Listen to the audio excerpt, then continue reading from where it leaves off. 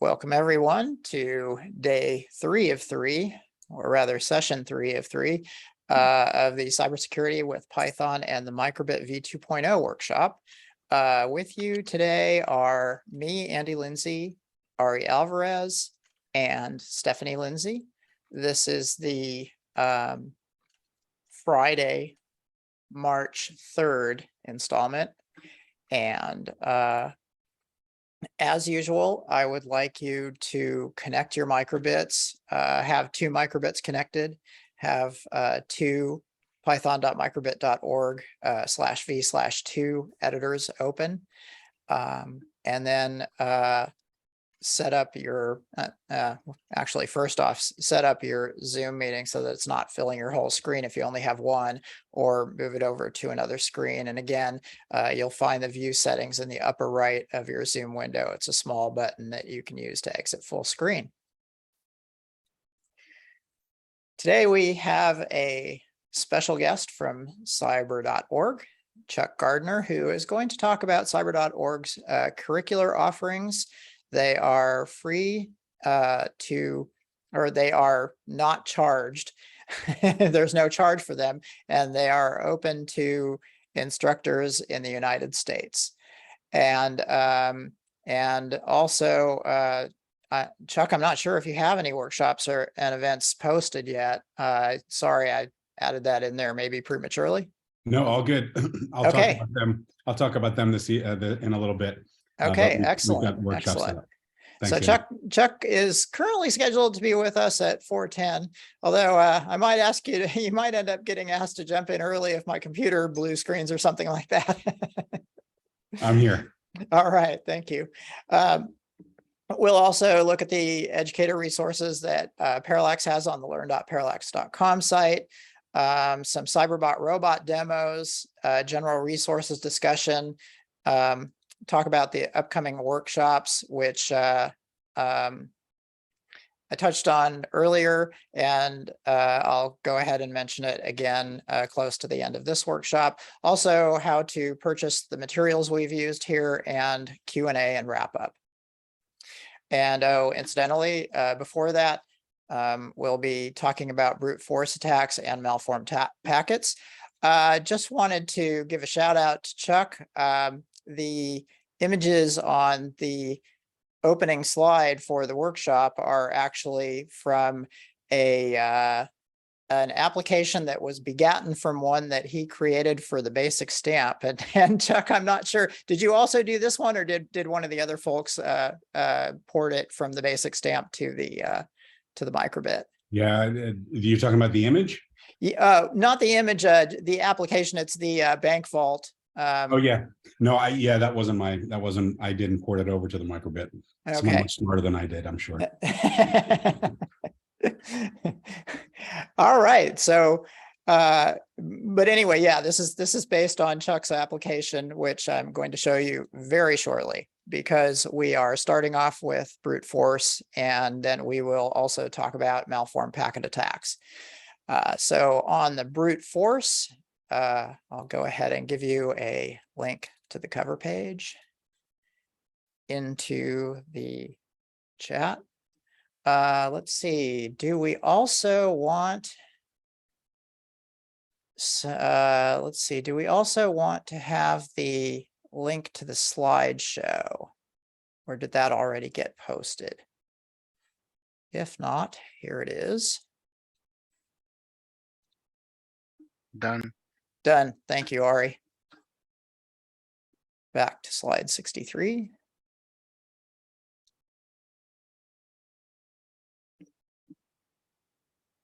All right. So brute force as an attack is very simple, and I think just about everybody has performed a brute force attack at one time or another when they forgot their lock combination. And this is a picture of one of several locks that Stephanie and I collected, and that she worked on brute force attacking to get the correct combination. While fittingly watching Sherlock on television in the evenings. And so most students are familiar with this, and they're familiar also that it takes a lot of time. And we talk about the time it takes and how, gee, if you have 3 digits, each one has 10 options going from 0 to 9. That gives you 1,000 combinations. And if you, assuming it takes 3 seconds to try each combo, you're looking at just under an hour if the combination happens to be really close to the end. So if you instead have 4 digits, suddenly you're looking at 500 minutes. And then if you're using all the printable characters on your keyboard and you have a 2, 4, 6, 8-digit password, the total number of combinations you've got is really large. And I calculated that even a script that's running pretty rapidly would take a very long time to crack that code. However, it can be done. And historically, where we started out, or one of the major historical landmarks of this kind of cyber attack was the Allied forces were trying to crack the German Enigma machine, which was used to encode and decode communications for the German forces. And we created, the Allied forces created several machines. This is one of them, called the bomb machine, to try to work through and figure out what the encryption key was for that communication, and it became a very key thing in World War II. So I'd like to start off with originally Chuck's example of using I incorporated this here, so you'll see almost the exact same thing over in cyber.org's resources. And I incorporated it here just to keep everything kind of lined up. And here in this example, all we're going to do is use 3 binary numbers. They can either be 0s or 1s. And that means you have a total of 8 choices, which is, it allows us to create a little microcosm of a brute force attack that you don't have to wait forever to see it solved. And so in the upcoming script, the correct combination is going to be 0, and you can toggle with the microbits A button between 0 and 1. And then you can advance with the B button. And after you've chosen all the 0s and 1s, one more press on the B button will send the combo over the radio to the vault. And the vault, if it gets the combo it was expecting, it will give you a check mark. Otherwise, it will give you an X for access denied. And let's see here. These scripts are getting pretty large, so I am going to have you copy and paste these scripts from the actual web page into the your transmitter and receiver microbit. So here we have the transmitter microbit, and so I'll go ahead and copy that script, and I'd like you all to do the same. And paste it into one of your microbits. Then go back and grab the receiver script.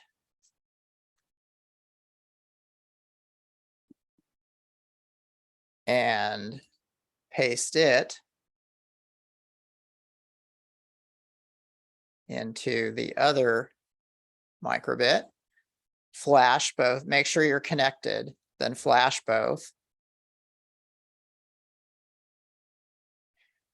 And then take a look at your microbits. One of your microbits, one moment, please. Let's see, this looks, no, this is not upside down. Is it live? It is not live. Okay, here we are. Take a look at your microbits. One of them is going to have, I should really turn these around.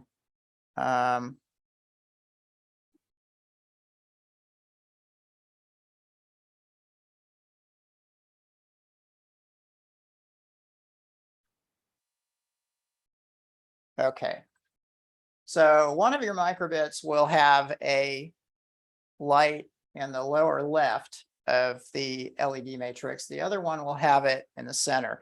The one in the center is the receiver. And incidentally, all of these items are taken care of in the step-by-step checklist instructions. And what they tell you to do is to use the A button to choose between 1 and 0. And so, for example, let's send an incorrect combination. We'll send 101. And so I use the A button to select 1, B button to advance to the next digit, A button to toggle it to 0, B button to advance again, A button to toggle it to 1. So that is 101.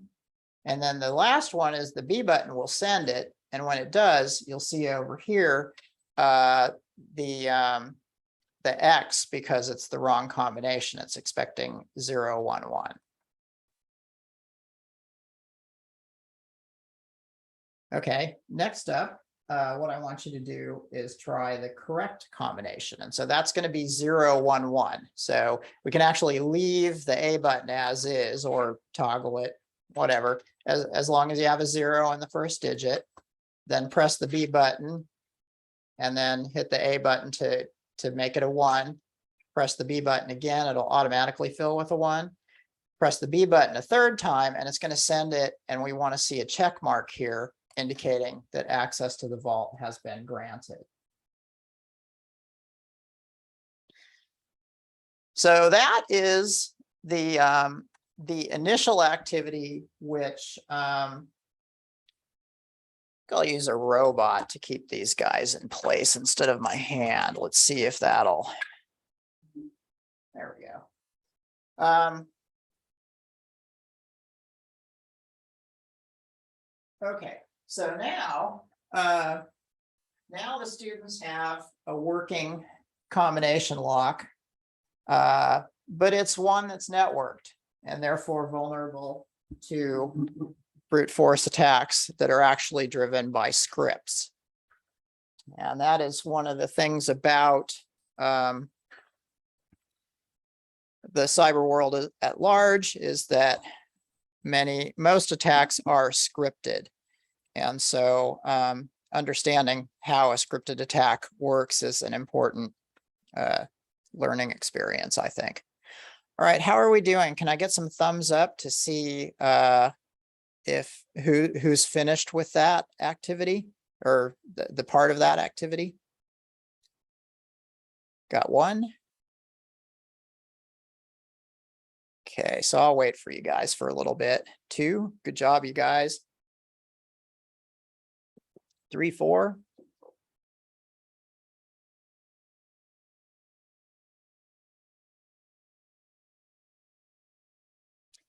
5.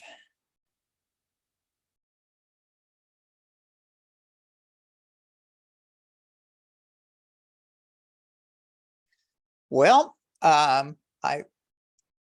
do go ahead and give me a chat or unmute yourself if you need a little more time. Otherwise, I'm going to move on. So what's up next? It is basically there's a how it works. And so we talk about it essentially relates to all the computer science stuff that we did on Monday and the beginning of Wednesday. and it plugs that into making this application work. And then the next thing we look at is a script that can be designed to crack that combination, to gain access without permission, using a brute force attack of simply trying all the different combinations until it finds the right one. And that's the animation here shows how that works and what you can expect to see. So it's X, and finally when it gets to 0, 1, 1, you get the check mark. I'm going to paste this page in too, because I'm almost positive that these scripts are too large now to paste into the chat. So I'm just pasting the page. And on that page, you will again find a transmit and a receive script. And we're skipping some steps. The students actually went through modifying the script to make it so that the, let's see, just a second here. I want to say that they modified the script to make it, to make the combination random. Is that right? No, it comes later. Okay. So this is just all we're going to do at this point is take the bank vault crack script, and it's going to crack the code, and we'll paste this into just the transmitter. So the receiver, the vault, can be unchanged at this point. See, did I paste that page into you? Yes. Okay, so check your chat, go to the page, find the modified transmitter script that goes through all the different combinations. That's what all this code is. And then we'll go ahead and just paste that into the transmitter. And of course, flash it. And I don't remember if we see any messages.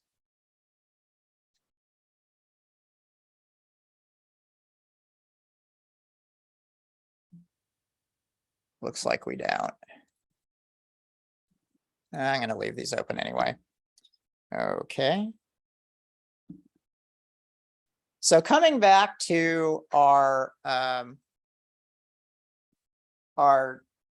transmitter and our pin pad, so to speak, and our bank vault microbit, what the arrow is prompting you to do is press the A button. And when you do, that's when it starts sending all the different combinations. I'm moving the video down just to see if anything happens in the terminals, because I don't remember if we have anything in there. So once you've got the modified pin pad script loaded in, go ahead and hit the A button that the arrow is pointing to, and then watch as it sends each combination and gets denied repeatedly until it sees the check mark. So there's 000, 001 denied, 010 denied, 011 access granted. That didn't display as well as I would have liked, but go ahead and do it one more time.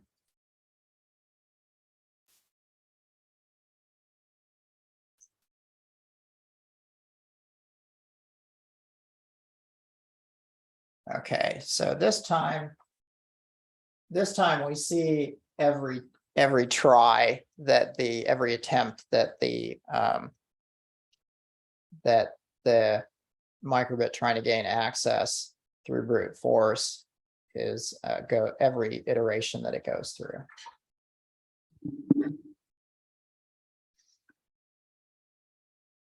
Okay, so give me some thumbs up when you manage to get that going. You lot of hackers, you. Excellent.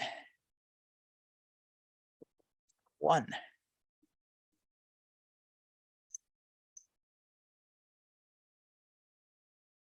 2.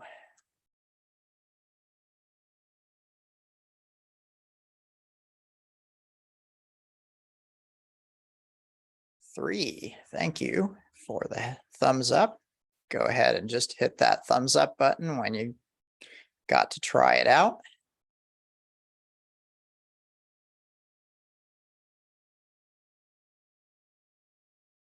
4. Good job.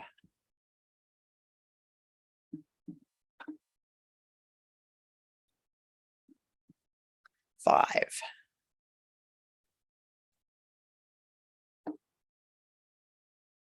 Okay, again, just give me a shout out if you need some more time.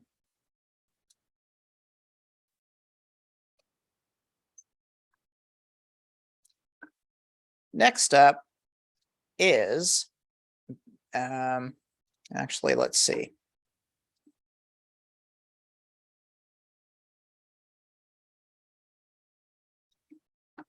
So again, as is typical for most of the activities, it talks about how the script works.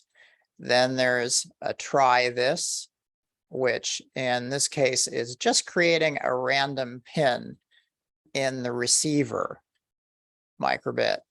That way it allows you to see something that you can't necessarily know in advance.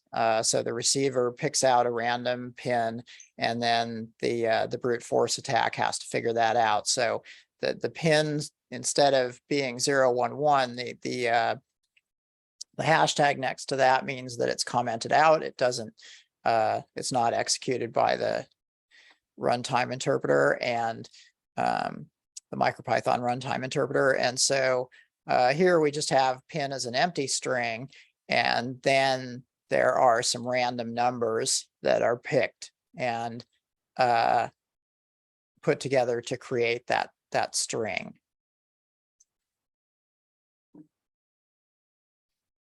Now, we talked about the different number of combinations that you can select. And so with 3 digits that have 2 options, it was 2 times 2 times 2 equals 8. You can also do, and by the way, this is supposed to be a superscript. I apologize for that. So what we have is 6 times 6 times 6, which is 6 to the 3rd, which gives us 216 combinations. And this is just really a variation on the previous script. So in the interest of saving some time, we'll go ahead and skip this, or I'll leave it to you to try later. The only difference really is that when you hit the A button, you only get 1 light at a time, and it'll start with no lights on, being 0. And then each time you press the A button, you can get more lights all the way up to 5. So 0, 1, 2, 3, 4, 5 is 6 options. And so that's why we get 6 times 6 times 6 equals 216 combinations.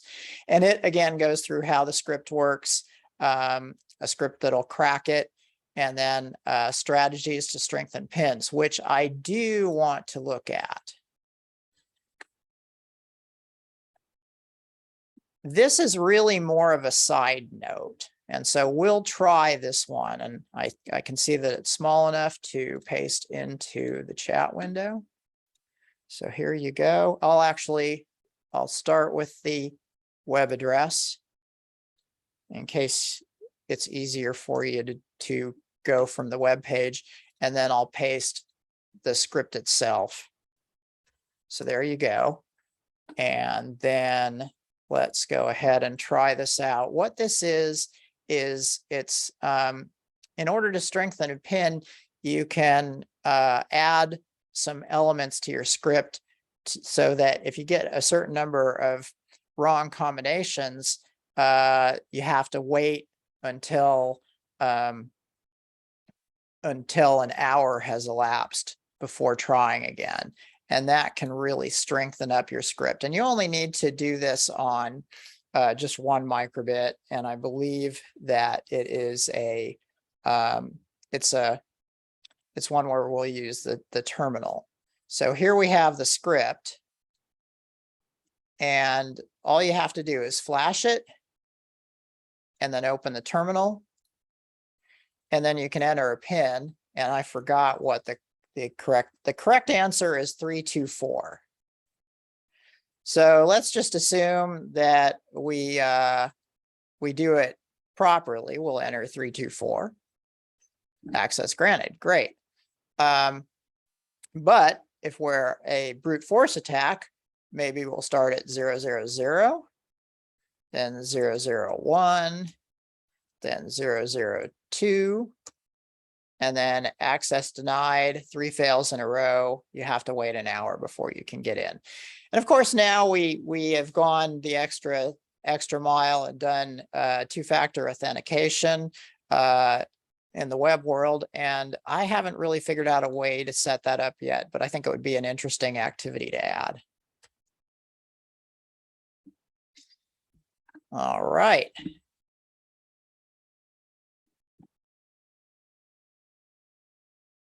So go ahead and give me some thumbs up once you got out. You're ahead of me this time. I saw 2 already. Good job, everyone. Andy, Yes. I got a quick question, if you don't mind. So is this, now this may be just total obvious, but is this like when you accidentally forget your password or you have a typo and you go into a bank and then it's you're going digital banking? Is that kind of like the real application? Well, the current way that happens is the two-factor authentication, typically where they know your cell phone number and they send you like a temporary code to recover your password. This is more like the old ATM machines that you used to walk up to and put your bank card in and get some, to get some cash out of the machine. And it expects you to enter a 4-digit PIN. And this is actually one of the protections that they have built into them, is the ability to detect repeated usage of a PIN, and then to stop, to stop allowing that card to have access to somebody's financial assets. Okay, thank you. Certainly. Good question. Thank you for asking.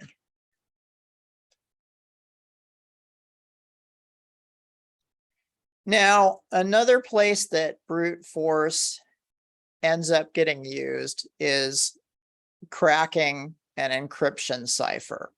And so again, here we're using a very weak cipher somewhat intentionally so that students can study how this works.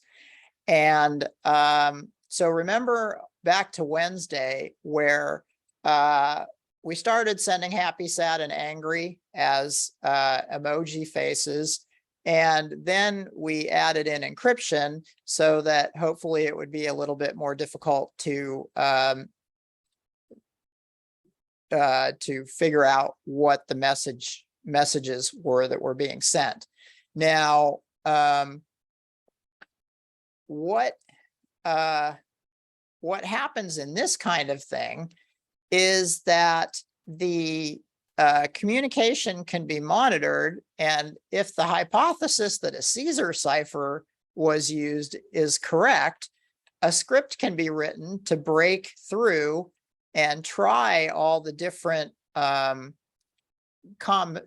all the different cipher values, because there's only 26, and eventually you'll find some meaningful text. So let's try that.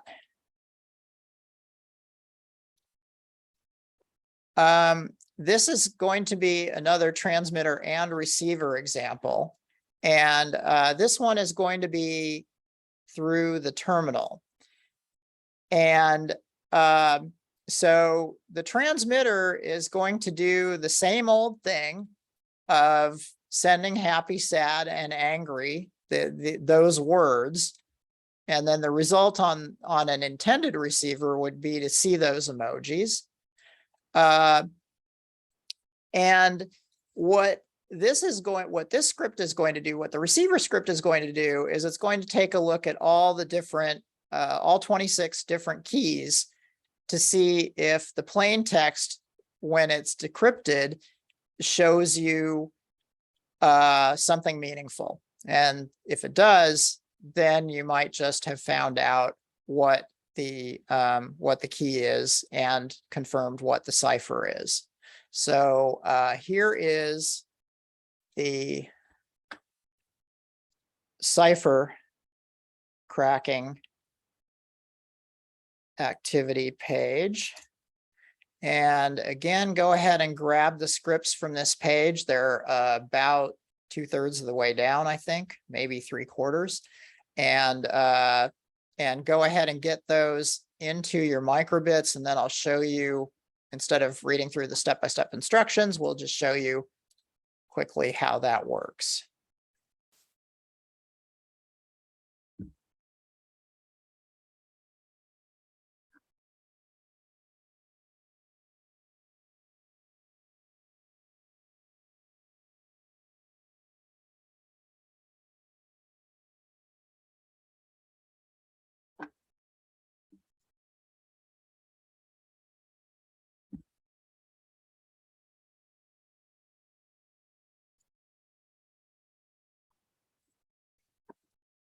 Okay, so here's the send, here's the receive, looking good. Okay, so we'll flash both of them.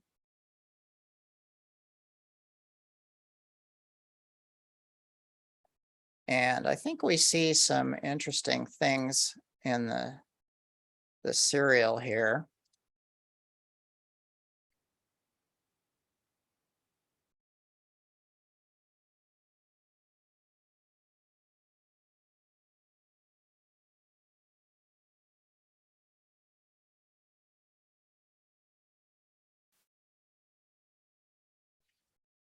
Okay, so really all you have to do is run this and open the terminals, because it's showing what it's sending encryption wise, and it's showing its various brute force attacks. And so your receiver screen may look different depending on when you opened it, depending on which emoji it was sending. So I let all three accumulate, starting with SAD. And SAD was encrypted to KSV. And if we look through here, the idea would be to look through here and try to find something that is recognizable. And down on the decryption of 18, using -18 to decrypt it, we see SAD. And so this is another one where, first of all, the students would have to make the hypothesis that it was a Caesar cipher that was used, and then they can test for the various encryption keys and see a result. And if I go here, this is probably angry. No. Yeah. And notice that I just counted the letters. That's another thing that attackers will do, is they'll look for frequently repeated terms. And here is angry again on -18. And then if we look at happy and -18, we pretty much have confirmation that the key is -18. So go ahead and give me a thumbs up, applause, party popper, whatever you want to. Party popper, very nice. 2 party poppers.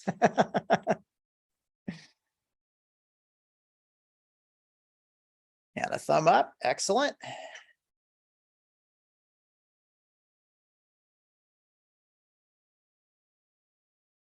Gonna wait for just a couple more thumbs up or whatever positive emoji you decide to send before continuing. Got one more. Excellent, thank you.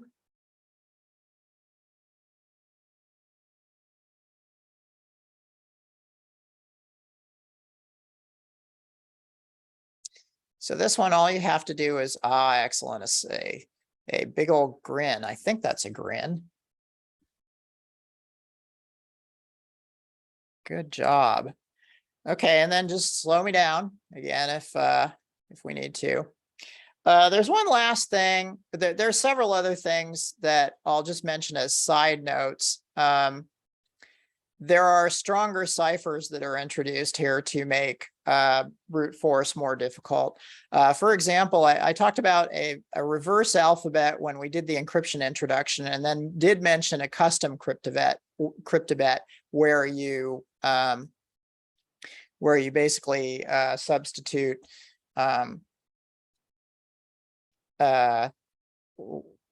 letters. Basically, here is a custom cryptobit, and they're randomly assigned letters. So if you send an A, it's replaced by a P. When you send a B, it's replaced by a T, and so on.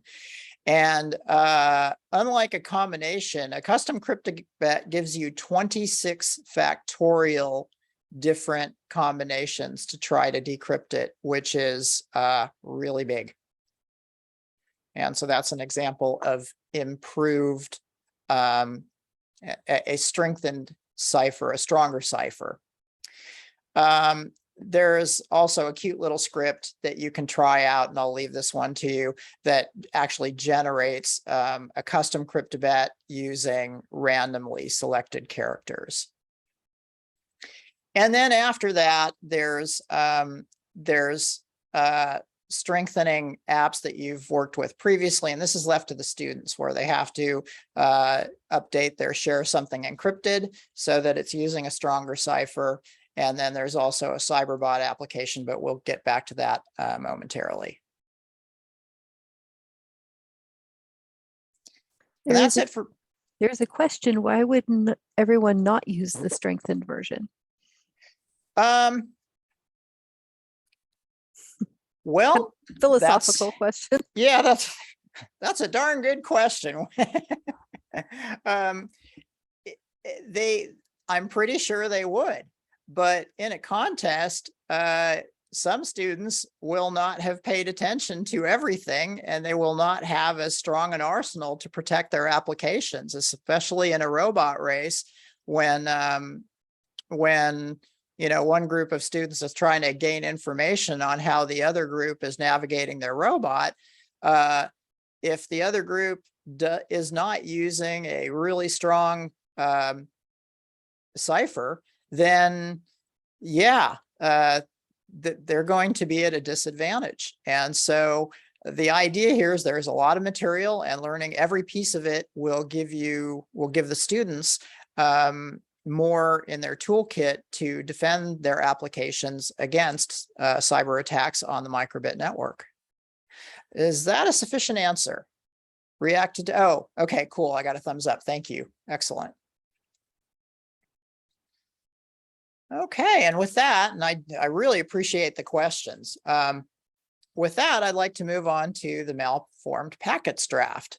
This one's ready for publication. It's just in the queue. There's a lot of web work to be done. And so the folks on the website will have to, will eventually, hopefully in not too long, get this posted on learn.parallax.com. Right now, it is currently just a draft here. And what I want to make sure of is that you guys can all get to it. So I will copy a link to this and paste it into the chat.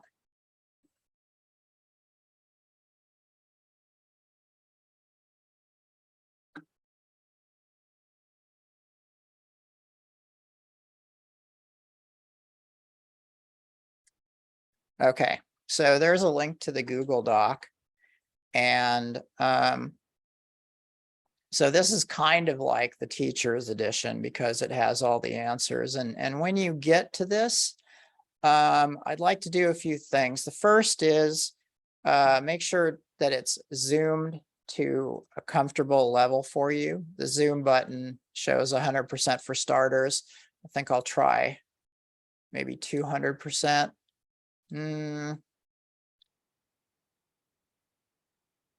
Yeah. Yeah, I think 200% for me. And then the other thing is, if you're looking at the document and all you see is just a little box with a few dots in the upper left, click that box so that you can see the contents.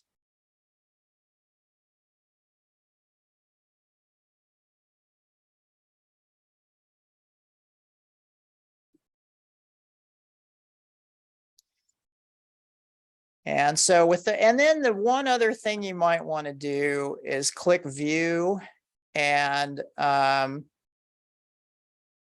if show print layout is checked, uncheck it. So click view and check to make sure that show print layout is unchecked. We just want it to be contiguous like a long web page. It views a lot better that way. Chuck, how do you like my my malformed packet art? Nice stuff. Nice stuff. Thank you. We're using the skull to send the malformed packet. The frown actually is as a result of the application crashing. So let's take a quick look at how that would work. What I'd like you to do is go to the malformed packets. Oh, actually, can I get some thumbs up? I want to make sure that everybody can see their contents here on the left and that you're in the document. 1, 2, thank you. 3, oh, good job, everyone. 4, okay, 4, 5, okay, great. Give me a shout out if you need some time or need some help getting it configured as I have it here. All right. So I'd like you to use the contents to go down to malformed packets. Well, first of all, I'm going to point out, when we have a chapter, we start with an overview, and then we also talk about what you need to know before starting up here. The hardware you need, and again, what you need to know before starting up, and then some goals for once you've gone through the chapter. And then each activity is going to have all these elements that you see on the left. So we start calling out the parts. There are no circuits here, but there in the robot and electronics tutorials, there will be parts and a circuit. We have our scripts, then tests to run on the scripts, how those scripts work, then to try this where you change the script. The students have to make a change to a script based on code that they're not given, at least not in a copy and pastable format.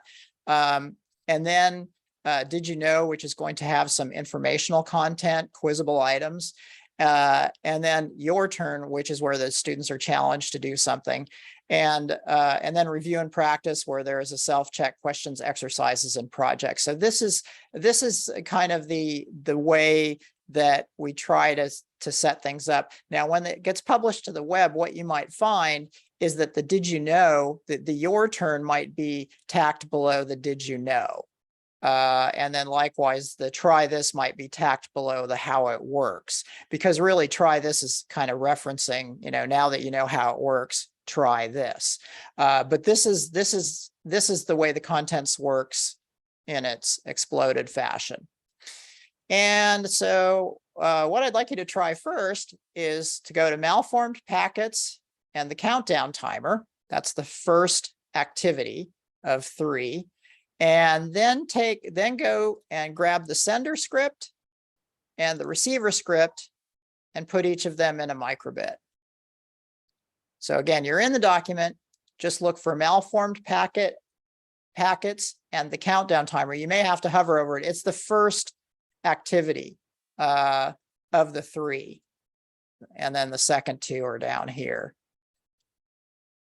And just grab the sender and receiver script. And what the instructions say to do is to try try it normally, and this is the countdown timer. So, give it a 3 and a lift off, and then try using -1 with it, because the sender script has been modified so that it intentionally sends a malformed packet if you enter a -1 for the time, the countdown number of seconds. All right, so I'll go ahead and copy and paste mine into here.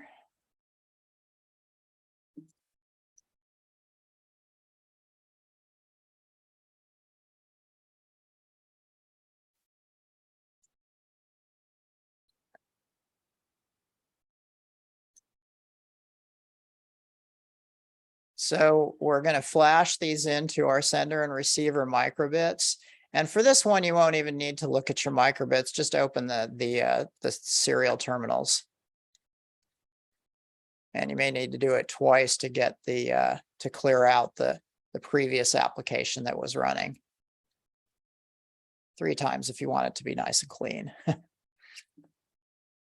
So again, it's the countdown timer over the radio between one microbit and another. So we'll just try 3 for the countdown time and then lift off, or whatever you want to put in, or and see, it works just fine. But if you want to mount a malformed packet cyber attack, -1 will cause your receiver microbit to become completely unresponsive. It's essentially like crashing a server in a real malformed packet attack kind of situation.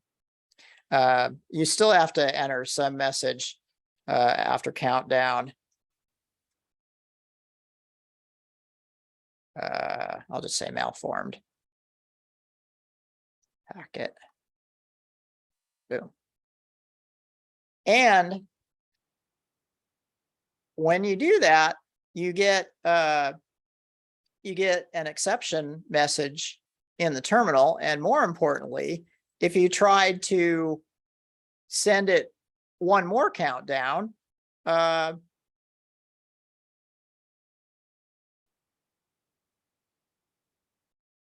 nothing happens on the receiver side. Basically, the microbit countdown server has crashed.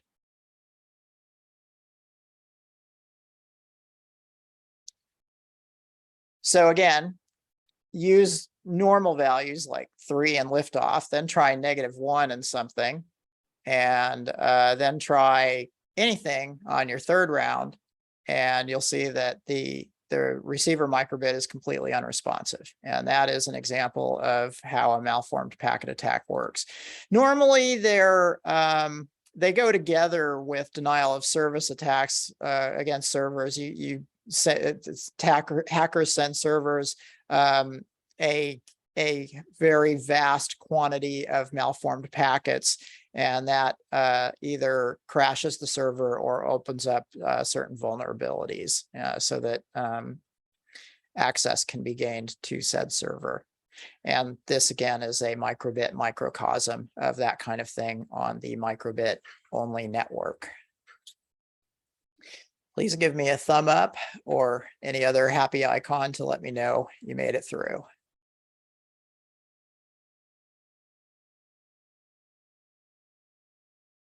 Got 1. Excellent job.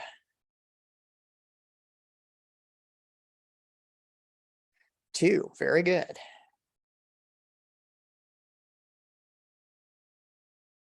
3. Outstanding. 4. Thank you.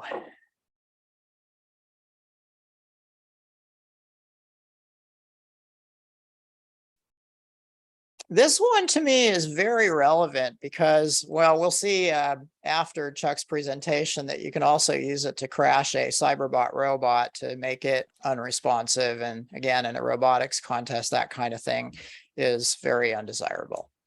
We have a comment. Oh, yes. It Go ahead, says, please. I enter the count number and nothing is happening on the receiver. Excellent. And that's, oh, well, did you enter a count number that was not -1? or let's see here. Yes. Okay. But your receiver did not work. So what I would recommend doing is going back and grabbing the receiver script again. And basically copying it and pasting it in and making sure to flash it.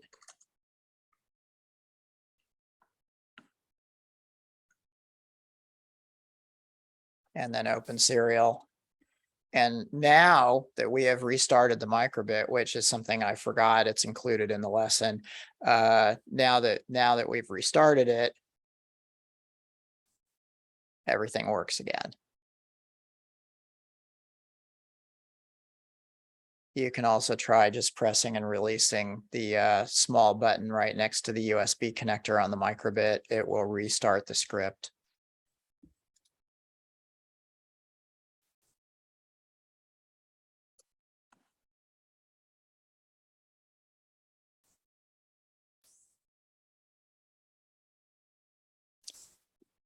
Now, just a quick overview. This is the tests are essentially what we just did. And then the try this is to protect against that attack. And so if you go to a couple entries down to receiver script changes, keep in mind that this red script is not going to be there. Instead, the students will actually have to put their hands on the keyboard and type in the changes that will use try except finally. Big surprise, to prevent that malformed packet from doing any damage to the server microbit.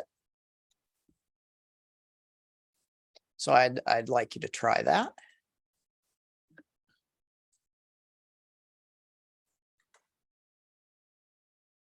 Okay, so incidentally, the try this is just a modified receiver script. So you're not changing the sender script.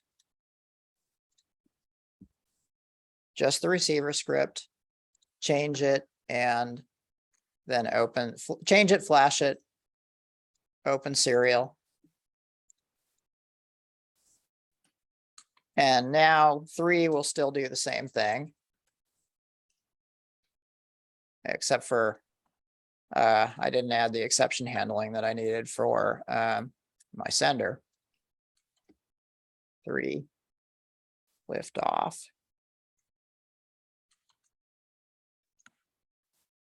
But now -1 will just result in a message letting us know that there was a problem. Or wait, let's see here. I still have to send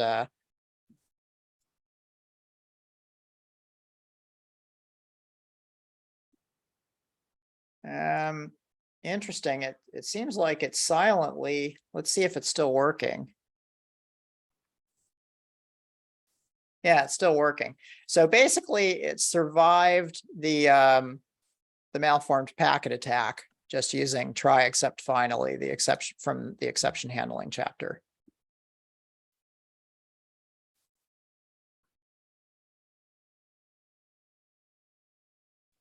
Now, before we end this, the way this extends is, did you know, talks about, well, that's not the only vulnerability to a malformed packet that it has. And then the your turn has the students come up, essentially modify the attacking script to send a malformed dictionary as opposed to just a malformed element of the dictionary, which is what we did initially. Then they update the receiver script to also deal with that potential problem. And then there's all kinds of good questions, exercises, and projects. These red ones will not appear in what goes onto the web, only the black ones. So essentially, every other question will be held aside for teacher materials. And just for fun, before we get get going, I'd like you to, and I'll probably let you try the solution to this on your own because it's all in here. But what I'll have you do is go down to the second activity, which is malformed packets and sharing something personal, because this different sharing something personal script, I think, is really fun. And so we'll just, before we take a break and then go into the cyber.org presentation, what I'd like to do is have you try out sending messages with buttons. And I'll show you how to do it. So first of all, we want to flash. We actually, for the script under malformed packets and sharing something personal, this script is going to go into both microbits.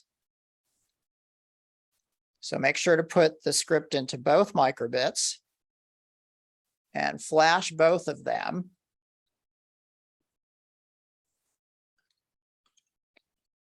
And we can open the serial terminal because I think there's some information there.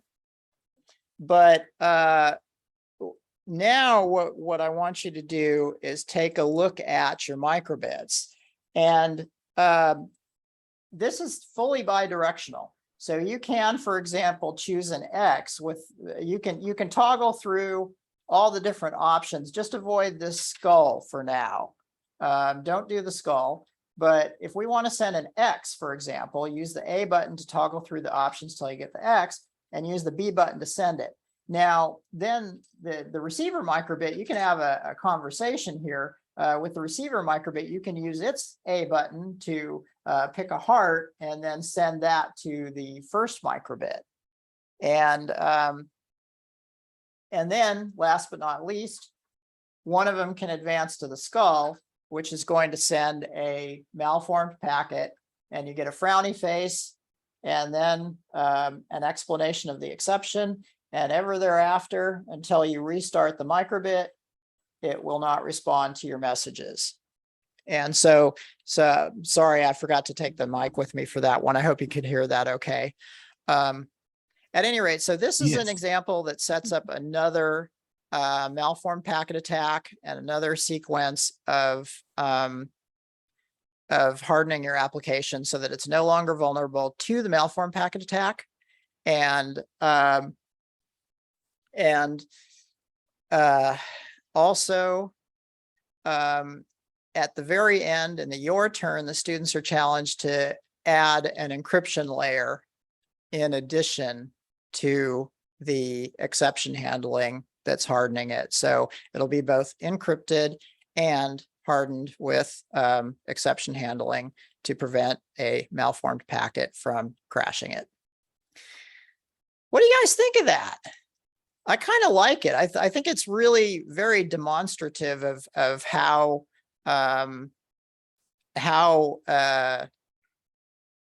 these, well, basically it's demonstrative of how you can crash an application. Thank you, Chuck. but it's also demonstrative. It's very analogous to what happens out there in the cyber world. Thank you. And I'm certainly open to discussion on how to make any adjustments to these lessons after 5 o'clock, after the end of the second hour. But for now, let's go ahead and take a 7-minute break. It's 2 coming up on 3 past the hour. We'll take a 7-minute break. Then we'll reconvene at 10 past the hour, and Chuck will then be starting his presentation on the cyber.org resources for you.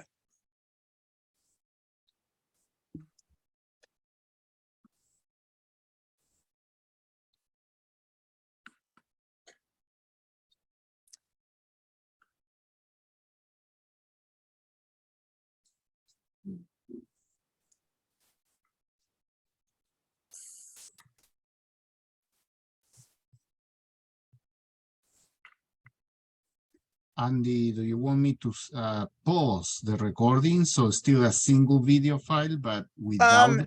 No, that's, well, if you're able to pause it without No, we And- tested at another time. Did it work? Yeah, No, it we works. will test. It works? It should, yeah, it creates one file.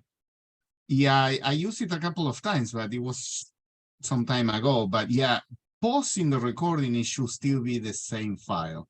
Okay, I- because we did not do that during the previous two, but if it works, hey, this is great. Thank you for Okay. doing that. Let's test it. Let's Oh, pause boy. and we will be back after I'm the bracing break. myself.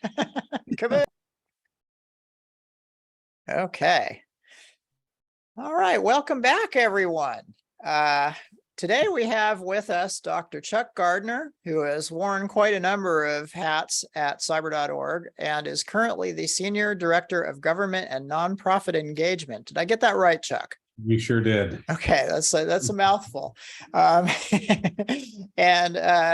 Chuck is going to be showing us some really neat stuff that's available to all of you as United States teachers that cyber.org has for you at no charge. And with that, take it away, Chuck. Thanks, Andy. My friends call me Sir Dogan P.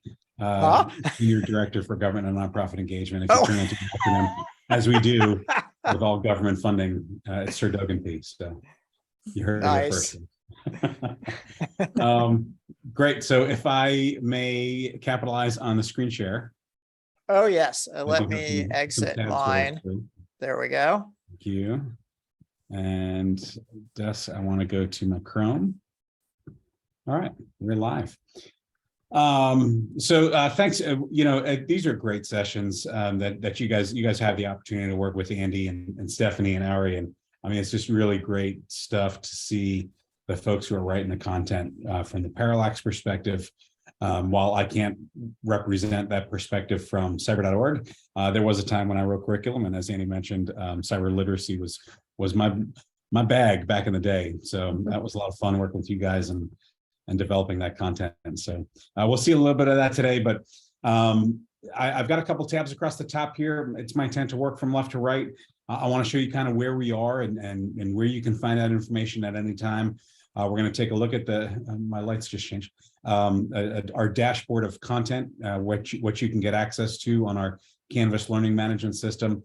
I'm going to take a look at the cyber range, as Andy promised. I got a quick activity set up there.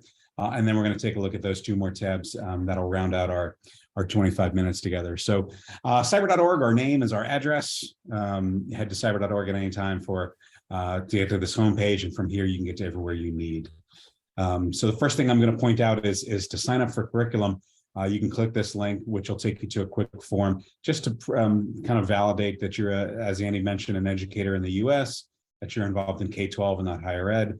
So we're funded through a grant from the Cybersecurity and Infrastructure Security Agency, or CISA, and that's this icon down at the bottom of our page. We've been operating under CISA funding since 2012. This is our 10th year.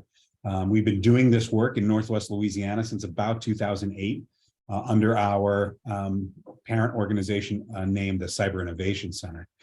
So this work's been ongoing for some time, and at this point, we've now got a full library of content that we provide to teachers across the country. Andy, we call it these days prepaid because it is government funded. You pay your taxes, you get access to the content. Okay, So it's got prepaid. it. So the content's free for everyone, and that includes curriculum, professional development, and the cyber range, which we'll take a look at in just a second. For you, depending on where you are, I would love if you're back with us at this point, just drop into the chat real quick. Two things, a number telling me what roughly grades you teach, and letters indicating where you are. State abbreviation would be awesome. So let me know where you are and what you're teaching in a one-line chat response, if there it goes. Speaking of our impact, well, we're all recovering educators. We have a great team of former classroom teachers, including Lori Salvo, who's now the director of cyber.org, a great team of directors, including Joe McAdam, who writes the cybersecurity content, who taught this robotics content on the Bobot platform in the classroom, and then the rest of us, just a really dynamic team of former educators and folks who are leading this professional development. But what I wanted to show was our impact, because if you're in a obviously a state across the country. There it is. There's some impact that cyber.org has already, because we have 30,000 educators who have access to the content, all 50 states, 4 US territories. So there's teachers from coast to coast. It's a great network that you're going to join if you sign up for access to the content. But the first response I saw, I think, was Illinois. And so let me just pop up Illinois here real quick. If we take a look at Illinois, there's 670 teachers who have access to the content, 400 who have been through professional development. But this document gives us kind of a closer look at the impact by county across the state, some partnerships, some relationships of note that are happening there, some conferences that we've presented at. And we've got this for every state, including the value of technology. And that's one of the things I'm going to hit at in just a second.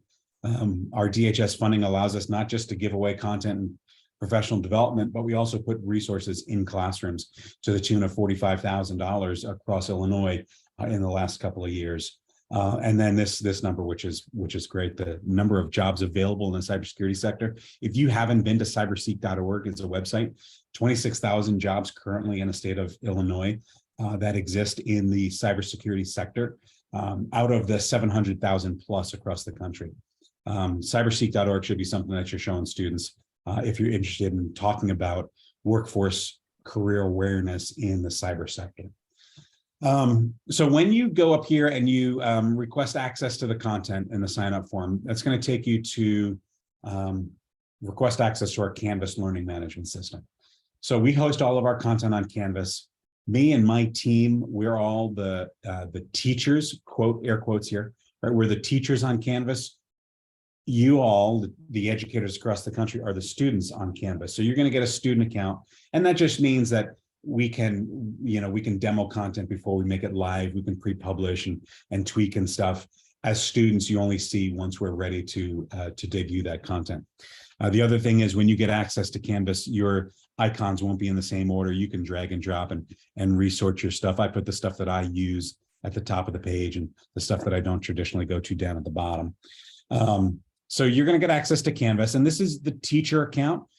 We generally don't give access to students because this teacher account includes study guides, tests, answers, solution keys, worksheet solutions. So we want to make sure that this content stays at the control of the teacher, and then you download and share whatever it is you want to share through your learning management system. So one of the things that Andy mentioned was the microbit content that we've got in our library, and that falls in this Coding Fundamentals course. So wherever it falls in your library, if you click on Coding Fundamentals, you're going to see 2 main tabs besides the home button. You're going to see Make Code and Python. So as you've learned over these 3 days, Microbit is a really versatile, flexible platform that can follow a student from elementary through high school. In elementary and middle school, they're going to use a drag and drop style programming language, which is done in this Make Code editor by Microsoft. And then once they advance through that and they're learning in middle school and high school, we've got Python content. And each of these is a link to a set of lessons and activities that are going to utilize the microbit and all of those sensors and components on the microbit. So a lot of this you may have seen with the workshops with Andy and with Parallax. For example, we talk about customizing images and making some animation, but then we've got down here some kind of more advanced topics, buttons and conditionals, which you took a look at over the last couple of days, how to use the radio feature, how to use that magnetometer and turn the microbit into a compass. But then we've got some more advanced concepts. I'm not sure, Andy, if you guys talked about how to create a voltmeter out of the microbit, but we've got that component there, turning the LEDs into a light sensor, and then making some games. And you see there's a teacher guide, which includes a PowerPoint presentation. And then there's a student document, which doesn't give away all the answers, right? It's something for students to work through. And at the bottom of each of these pages, we've got some cybersecurity content. So for elementary and middle school or drag and drop style programmers, we've got some cybersecurity content that includes working with some ciphers like Pigpen or a Shift cipher, which you were talking about today, and a Visionaire cipher, maybe some Morse code encryption, encoding. And finally, there's an Enigma activity, which you can use the microbit to build a version of our Pringles can paper and pencil, Enigma. And similar lessons exist in the Python. So if I click on Python, we see a lot of the same activities up top. There's hello world and animation and variables and images, and there's the magnetometer and compasses.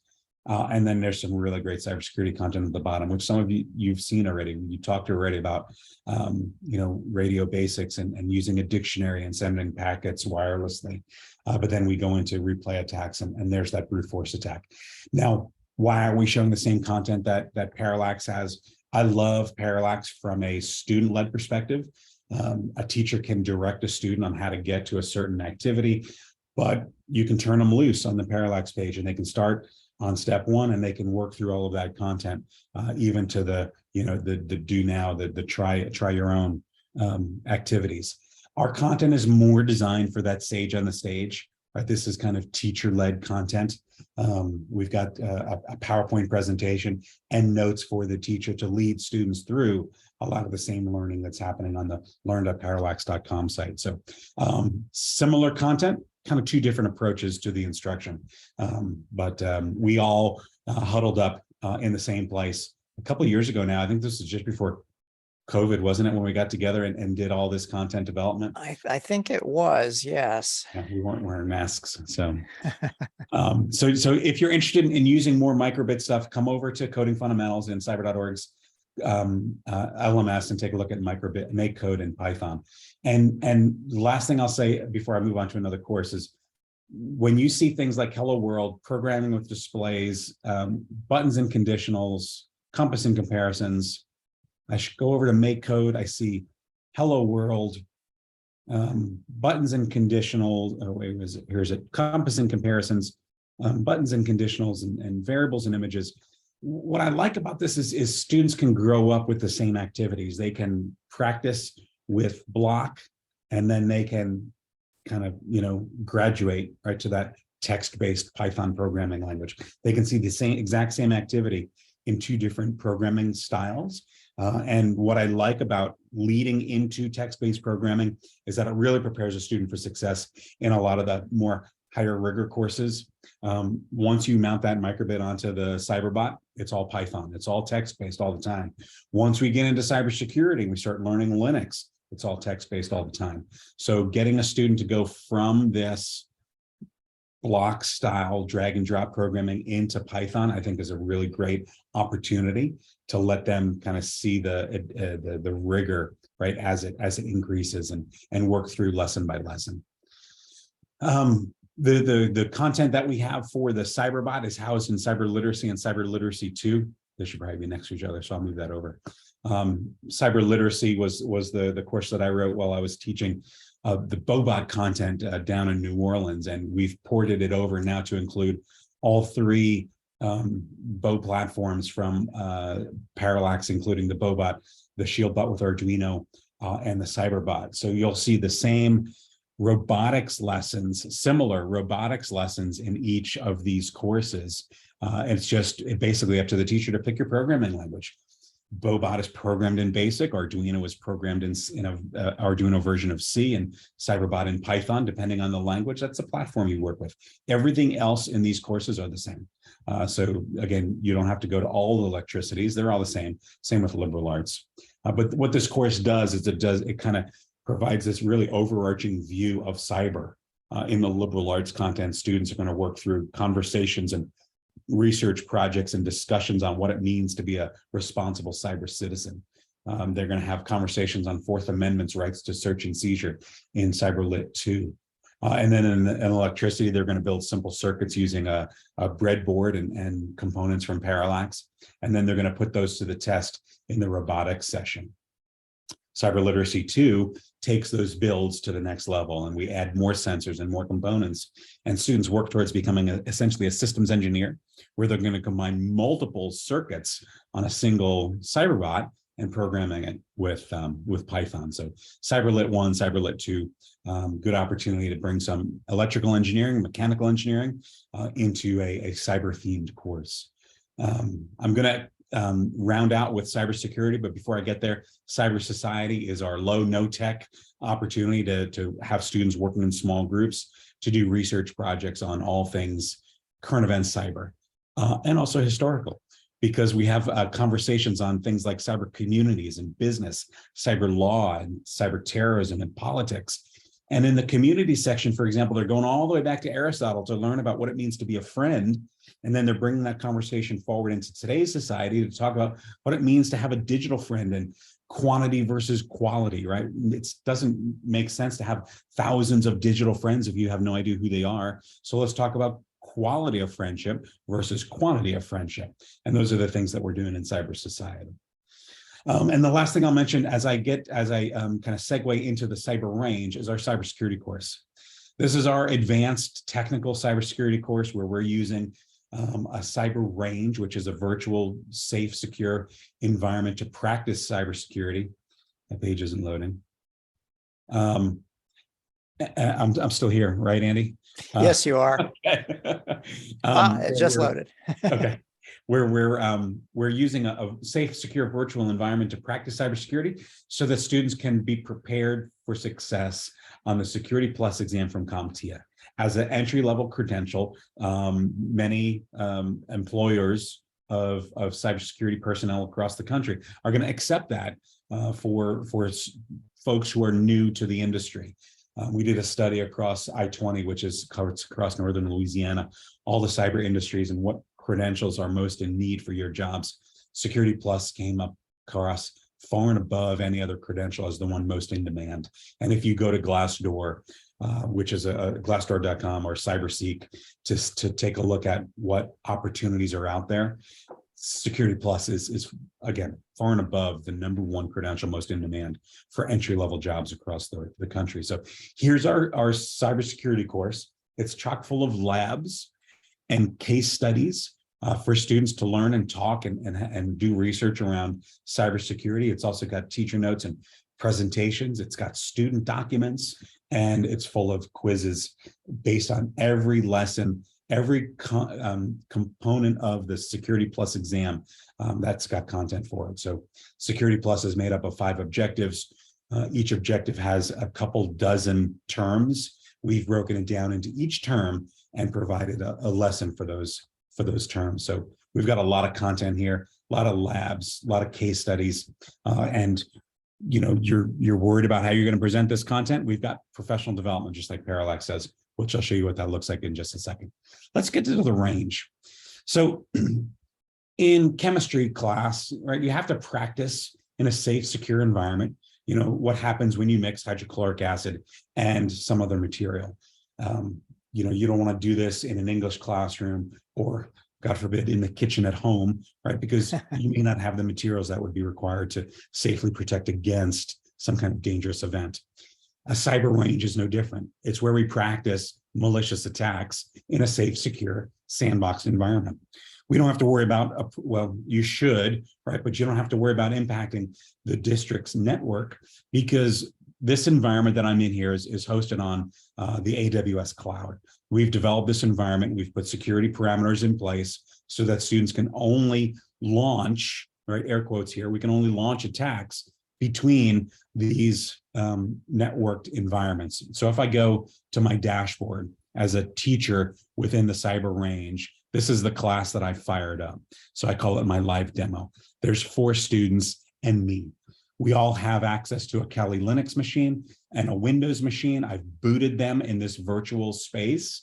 And right now there are 10 machines that are running within this subnet, within the security group. So there are 10 machines, but we're basically seeing it on our web page, even though those machines exist and are running on the Amazon. Yeah. That's a great point.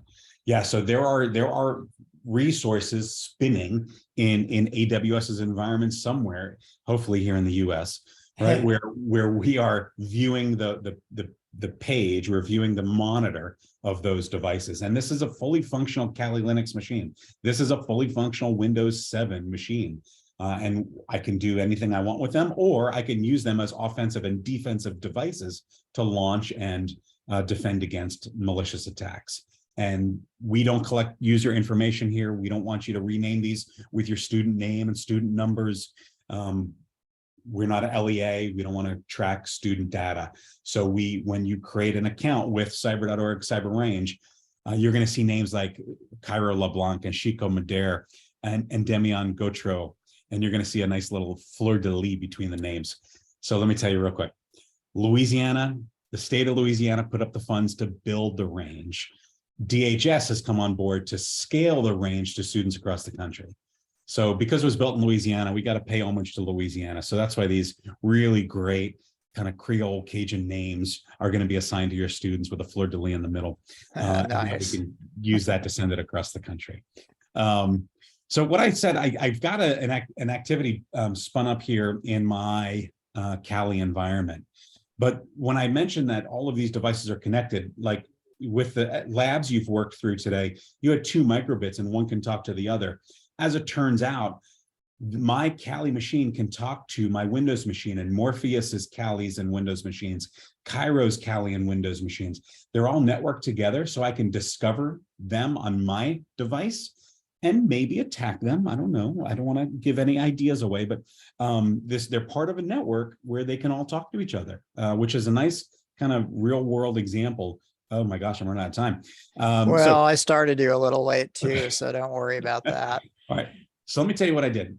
What I did before this activity started was I created a couple of user accounts, and I can see them by typing this command: cat etc password. And what this will show me, let me maximize for maximum effect here and run that again. What this shows me down at the bottom, there are 4 users on this account, plus all of these are kind of system tools that are running in the background. But lo and behold, Chuck, Andy, Stephanie, and Ari each have accounts on this user, on this machine. And I can show you how I created those accounts by creating one more account, user add parallax. And now sudo, I have to be a super user, sudo user add parallax. And now if I go up and I take a look at this file again, there are new accounts been added for parallax. So I created Chuck, Andy, Stephanie, and Ari, and I've given each of them a password. So if I go to my /desktop folder, top folder, CD ls, CD desktop, there we go. And I cat my passwords file, txt. What I see down here, Chuck, Andy, Stephanie, and Ari, these are the hashed passwords for each of those users. So they have passwords. I'm not going to tell you what they are. We're going to do a brute force attack. We're going to do a brute force attack and see if we can discover what these passwords are. On the microbits, you had to kind of load the program. You had to work through the various combinations. Obviously, right, things have been done for us in the real world. There are tools out there that hackers are using to break into these passwords. One of the tools is called John the Ripper, and I'm going to use that tool on this passwords file. So I'm going to apply John as the operation on this passwords.txt file. So if you watch while this is happening, in real time, we're going to go through and we're going to try and break some of these passwords. So we're working. And I'm curious, I'm concerned because there should, oh, here we go. Okay, so we got 5 password hashes. That's not true, there's actually, 5 password hashes. No, there's 4. I never created one for Parallax, but it's working through now, trying to break those passwords in. Any second now, Chuck's an idiot, right? So his password should break first. Andy's not so smart, so his password should break second. Stephanie's pretty smart. She has, I think, a decent password. But of course, Ari has to, oh, look at that. Stephanie's fell before Andy's did. So my password was password. Obviously, you should never use password as your password. Stephanie's fell relatively quickly because she used a common, what we refer to as a dictionary word, elephant. And that one fell pretty quickly. The root user on this device also has the password. And then I'm going to come back to this in just a second because Andy's is actually a series of 6 digits, which requires a different method of breaking the password. So right now it's working through a dictionary list, right? It's going through and checking all the most common passwords and seeing if I can find a match. Once it finishes that dictionary, it goes into what's referred to as an incremental ASCII attack. And that's when we'll see Andy's password fall. So I'm going to come back here in just a second. I'm going to let that run. So we want to help you get microbits into your classroom. Cyber.org/technology grant. If you go to, there it is, initiatives, you can scroll down to the technology grant space there. And what we'll do is we've got some funds from DHS to put things like cyberbots or microbits into your classroom. So please come on down here and apply for the current round of funding for technology grants. And the next thing I want to cover is some events that we've got coming up. We're always hosting virtual events since we are a Louisiana organization. All of the times on this page are represented in Central Time, so subtract 2 to get to you. And Monday, for example, March 6th, we have our Cyber Society. We're hosting a cyber scenario workshop. We've got an introduction to our technical cybersecurity happening 6, 7, 8, 9, 10, 11, the next Monday. And then we've got some cybersecurity for elementary and middle school. So tell your colleagues who are teaching primary, elementary and middle school kids. We've got some workshops to help teachers work through some of the content that we've developed for elementary and middle school. Here's a passwords workshop. So you're going to do the lesson that I'm running in the background with our content authors, March 29th. This is elementary specifically, coming up in April. We've got an online CTF called our National Cyber Cup coming up. That's going to run March 28th, 29th, and 30th. There's more here, so come on down and take a look. We've got an intro to the range happening in April. And then the last thing I'll say is our annual conference, which Parallax and Andy and Stephanie have been relatively regular fixtures at when we've been in person, is happening this June in lovely downtown Mesa, Arizona. Who doesn't want to be in Mesa in the middle of June? That's going to be 114 in the shade. Join us for the conference coming up in June. And right now it's $50, I think, through April 30th. And then it goes up to about 100 or 150 bucks. A really cheap date for 2.5 days of content, breakfast and lunch, snacks all day. Come on and visit and learn some content with us. So yeah, and you'll get to see a lot more of, for example, the cyber range and the microbit introductions, and it's really a fantastic event. I can't recommend it enough. Yeah, and it'll be a great time. It hasn't moved on to the incremental ASCII, so Andy, I will leave this running while I hand it back to you, and maybe before the end of the day we can come back and see if it has broken yours and the Aries password. Okay, sounds good. But before you do, just do we have anybody who wants to jump in with a question? I want to make sure I that wanted to say something. I'm not sure what Chuck was doing, but when he was doing his demonstration, my computer crashed. I got kicked out. I had to restart, and now I'm back. That wasn't me, I swear.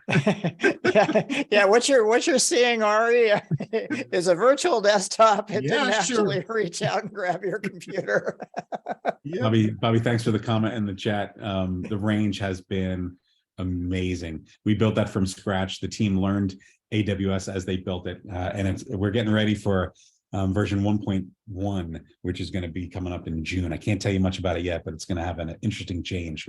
And Thomas, man, breadboards are great. Everything I know about breadboarding, I learned from Andy and from the team at Parallax. Everything I learned about bots, I learned from Andy and the team at Parallax. So really good stuff. You're in good hands with these guys. Oh, thank you so much, Chuck. All right. Well, this was fantastic. Can we get a round of virtual applause for Chuck here? Yeah, right on. Nicely done. And thank you so much, Chuck. All right. So I need to share my screen again.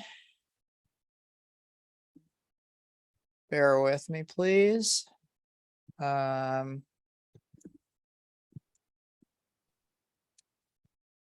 is Zoom, share screen. Okay.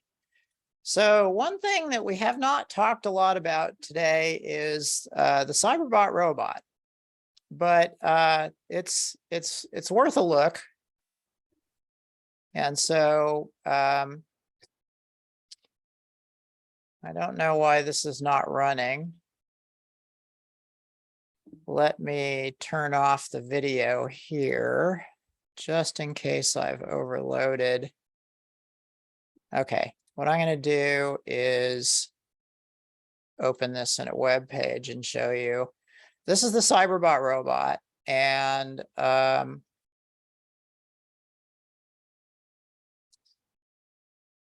what I wanted to show you was the first networked Cyberbot robot application. And like everything else, we've created some kind of vulnerable application and then seen how they can be attacked and then set up defenses against them. And so one of the other vehicles that is used for this is the Cyberbot robot. And what's happening here is that Ken Gracie is on his computer and he's running an app where he types in a speed for the left wheel, the right wheel, and the amount of time it should run. Then that goes in this microbit's USB port, and then it broadcasts it over the radio. And all the Cyberbot robots in the room are listening to the same channel and running scripts that can take that data packet and parse it and execute its meaning. So here he is entering speeds like 100 for the left wheel and negative 100 for the right wheel. That'll take and makes it run like that, which is full speed forward or almost full speed forward at for 3 seconds.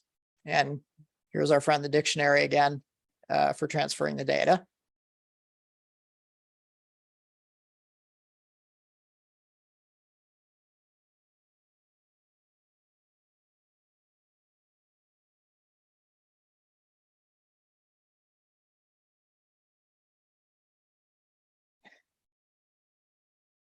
So that I think is really cool.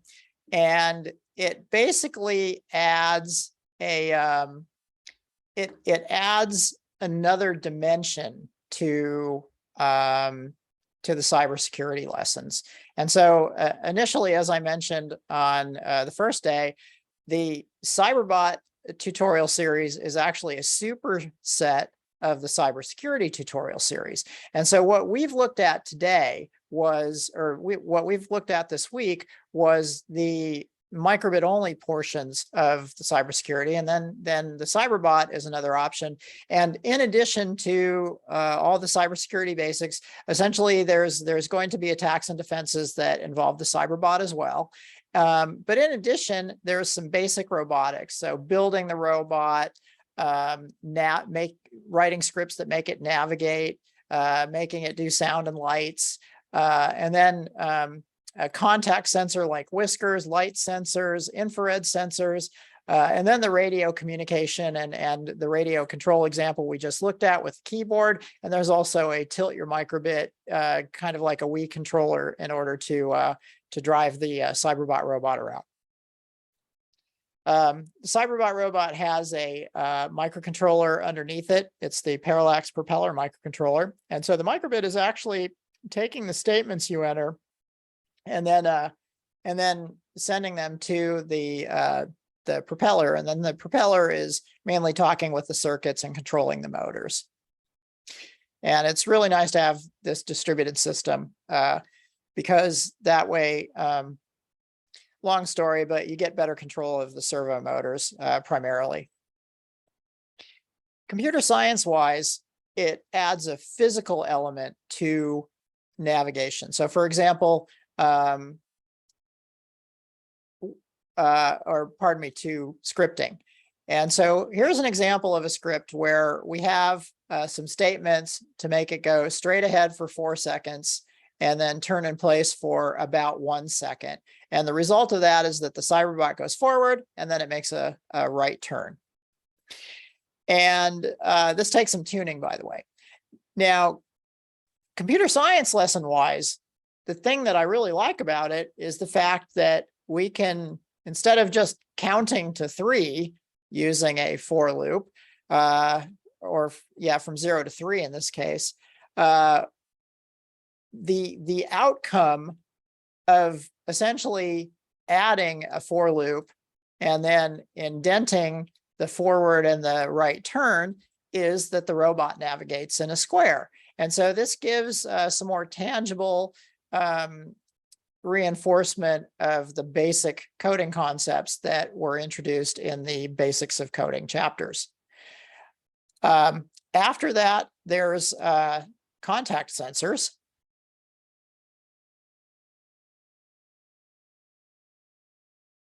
And the nice thing about this is, unlike, for example, a Lego block, the students actually get to build the circuit and code at a lower level to detect when the robot has bumped into an object that's in front of it.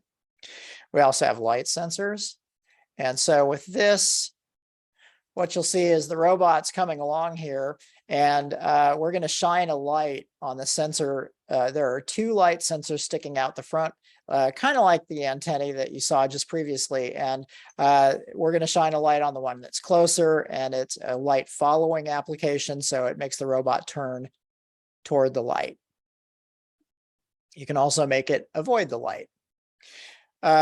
There also is an infrared. So this is essentially the non-contact version of the whisker bump into it sensors that we saw a couple slides ago. And so what this one is going to do is it's going to come forward, and as soon as the box comes in range of its infrared flashlights and reflective receivers, it will become aware of the box and turn away from it, and then turn away from the wall as well. And then we talk about keyboard control, which we start with the USB cable and then unplug it to do it over the radio like you saw. And one fun thing, and I'll probably just do it for anybody who wants to hang out, is in the malformed packet chapter, the last one is how to break and protect the radio keyboard control, which was intentionally left unremedied earlier on so that we could do this. And so there is an entire activity where we have our sender script and our receiver script, and the sender script is again modified so that if you send a negative value for time, it will send a malformed packet that the receiver script, because it does not have exception handling, is not ready to deal with. And then we learn how it works. We try making a change to harden the receiver application against malformed packet attacks. And then again, this is going to show up in your teacher material. Anything that's read is not published for the students. And then we have some information in the did you know, and then the your turn. With the your turn, the students have to take that information, and in this case, it's again setting up encryption along with the exception handling to have a more capable application that is more difficult for any competing students to break. And then there's the fun video. We also have tilt control. I'm particularly fond of this one. And it's another thing where you're networked, so it's another thing where it could potentially be affected. So for example, if you set up SumoBot plows on the front of your Cyberbot robot and are controlling them with tilt control, well, let me show you the application first. Note that there's a little pointer showing which way the controller here is being tilted, and the receiver microbit, that's the Cyberbot's brain, will mirror the image of that tilt to show you that it's receiving the tilt, and it will also turn in the direction that you're tilting it. So tilt it away from you to go forward, tilt it towards you to go backward, and then obviously the tilting to the left and tilting to the right work as well. And yeah, in a SumoBot type of competition, this is very responsive, but in a cybersecurity sumo type of competition, I could see an example of also having team members who are trying to get into the, interfere with the control of the the microbit tilt controller as another cybersecurity activity. These are not things that have been done, but I want to or this particular thing has not been done, but I want to mention that it's the kind of thing that can be done in a classroom. And let us know if you decide to implement it and how it went. We also have electronics lessons with the microbit. This is a separate kit. It's pretty neat stuff though. One of the things that there are several unique things about it. The first is that unlike many of the electronics lessons, we have the ability with the Cyberscope, which was it's a measurement device that was developed here at Parallax and underwritten by cyber.org. And I'll show you what some of the measurements look like. So here we have some probes connected to the Cyberscope, and I'm actually going to go to the page where this actually appears here it is, script and tests. Okay. So the reason I'm going to this page is because we always have the MP4s up so that they can be discussed. All right. So right now, the Cyberscope is cyberscope.parallax.com. And it's sitting here on a web page. And after loading the script into the microbit, you can actually switch over to you can disconnect from the microbit in your editor and connect to it through the Cyberscope. And then the microbit will take measurements through its analog measurement pins and then stream the data. So right now, there's no electrical pressure because the two wires on the positive and negative leads are connected to each other. But what happened just now is that the positive voltmeter lead was moved over here to the 3.3 volt power rail, and the negative lead was moved over to the ground rail. And these are things that were introduced earlier on. And so we're seeing a measurement of 3.26 volts. And then this particular lesson is focusing on something called Kirchhoff's voltage law, which states that the voltage, if you have a series circuit where the electrical components are connected end to end, or electronic components, that the sum of the voltage across each component has to add up to the whole. So we see 1.2 volts here. And then we see 2.06 volts there. And if we back up to the first measurement that was taken across the whole thing, that does add up to 3.26 volts. So that's an example of some of the lessons.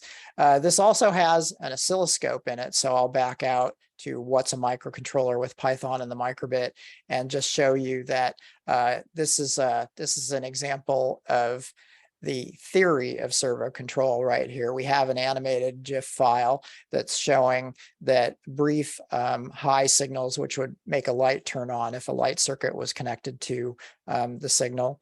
Depending on how long those high signals last, the servo will go to a different angle. And the longer that the high signal lasts, the further the angle is towards the counterclockwise direction in the case of this servo. And so this is the theory of operation, but students actually get to dive in and measure this using an oscilloscope. And so they get to actually measure these high pulses and watch where the servo has turned and also learn about the terminology and the how it works of it all in the electronics world. This I think is a really unique and special thing because it gives students an opportunity to do real electronics measurements with a $20 microbit and say a $100 kit if you get the entire thing. And normally you're looking at benches and $400 a piece oscilloscopes that have to be attached to those benches. And it makes it very challenging to implement these kind of lessons. But they're the kind of lessons that I have always wanted to see implemented along with the basics. So this is much more than a, oh, wow, you made the light blink. Isn't that fun? This is, you know, the light blinked. Here's how that works electrically. And so we're going deeper into this. I call it cyber engineering, if you will. Kind of a very intro to the electronics part of it. We have upcoming workshops. There are still a few left that are still open. And again, if you want to join the Cyberbot Robot one, do that today. Let's see, everyone. Okay, so this is I just gave you the link to our events page. And I should also point out while we're here that these are all the upcoming events. So we've got the Cyberbot Robot, and definitely apply for that by the end of the day, or by the end of the workshop, actually, because we're taking it down. Email Stephanie if you really, really want to get in after that, but don't let more than a few hours go by. So she can hold your place. We have electronics, which is the What's a Microcontroller kit that I just talked about with the multimeter and the Cyberscope and the oscilloscope.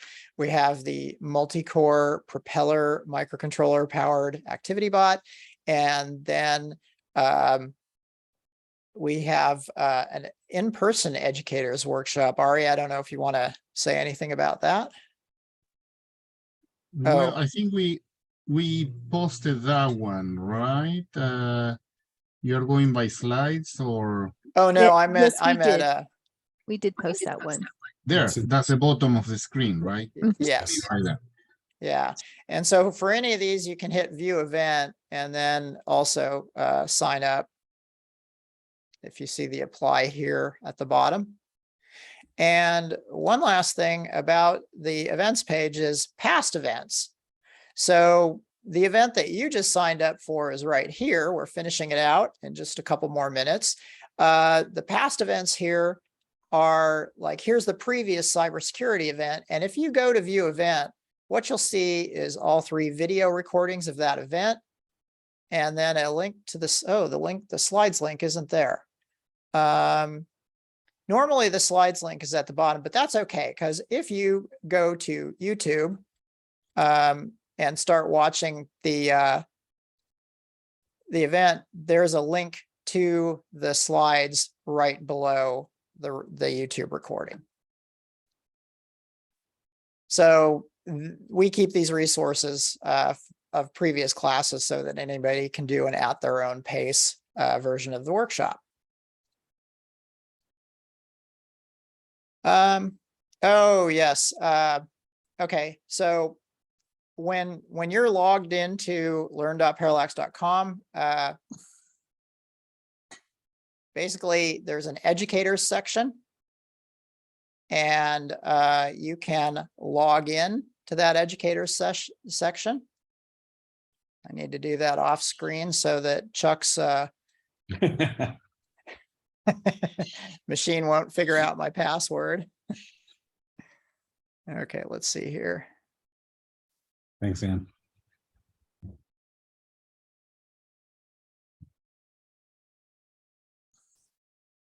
Your password fell, by the way. Oh, it did. Oh, do you want to switch over just to, can I? Yeah, I can show it real quick. Okay, excellent. Pull this up and We're going to run just a few minutes late today, folks. I apologize for that. Anybody who has to leave at 5 o'clock sharp, just go ahead and check out the last of it on the video recording. Otherwise, hang out. We'll just give it a couple minutes. So Chuck's password, Stephanie's password, the root password, it's still working, right? But after about 10 minutes, it shifted over into this new attack called incremental ASCII, where it works through 00000000001, and 014410 was my password for Andy, and that one fell. Incidentally, if I press space for an update, it's still working, and it's slow on giving me the up. Oh, something's happened to my page here. Let me see if I can move it. Yeah, that's one of the things I see with Zoom is sometimes the web resources don't always render as well as we So like them to. now it's working through a strictly brute force attack, and the last password to fall will be Aries, which was Panda Bear. But since that's 2 dictionary words combined together, chances are in the 3 hours that this environment lives, John the Ripper will not break Aries' password of Panda Bear. So the ones that I expected to fall have fallen, not in the order that I expected, but again, Elephant and 014410 were my 2 a little more challenging, but not terribly challenging passwords. So that's our brute force attack. So very interesting. Very cool. I can't wait to, I hope I can get free to sit in on the workshop coming up in June. Let's see here. There we are. Share screen. Okay. And here is learn.parallax.com. Not quite so zoomed in. So I logged in, and hopefully you all have done this. And so it shows me, okay, you're logged in. And then you can go back to educators. And what you'll see if you go into cybersecurity with Python and the microbit is instead of just the way is shut sign telling you to, email learn at or email education@parallax.com if you are an educator and want access, it actually has a link to the assessment materials for the cybersecurity. And so we can look, for example, at exception handling and unzip it, and then look in the folder and basically see here. I'll take the PDF and just drop it onto a web page here. And so it shows the worksheet for that chapter along with the solutions down below. It's a little bit different from what you're going to see coming up here in the malformed packets one. All right, where to purchase? We are a microbit channel partner, so we're one of the certainly one of the best places to get your microbits, and we're also some of the first to receive them when there has been a supply chain issue, as there have been over the past year. And so sometimes folks have had to wait for their microbits and microbit products. Not so much at Parallax. Yeah, we couldn't prevent it from affecting us entirely, but we've definitely fared a lot better than most. And so I put in links to all things microbit, for example, and I'll paste that to you here.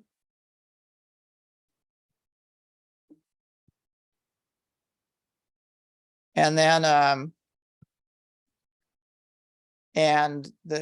you can also just go to parallax.com, click shop, and then you will see some categories. So there's parallax.com, and here's shop. And then along the left-hand side, there is a cyberbot category, and here's a microbit category. And then you can go ahead and look through all the things. And when it says add to cart, that means it's in stock. And then if every once in a while, you might see a read more link. And so, for example, the on its own microbit is not currently available, but you can usually also join a wait list with your email. So that's one way to be notified as soon as something comes back into stock. And that is it for the official workshop, or for the recorded, or that's almost it for the recorded portion of the workshop. This slide, you can always come here to see our contact information. So we have an educator hotline that, especially if you're stuck with your students in class, you can try calling the educator hotline. We also have an email if you were stuck with your students in class and want to get it resolved before the next class session. Just email education@parallax.com. And also questions about ordering or, gee, what would be the best if I have these instructional goals. These two, this number and this email are definitely the best. If you just want to place an order, you can contact sales or in some cases order online. With purchase orders, I think it's best to contact sales directly. We have forum, Facebook, and then a whole lot of other social media, which is all down at the bottom of our homepage here. So we have Facebook, Twitter, YouTube, etc.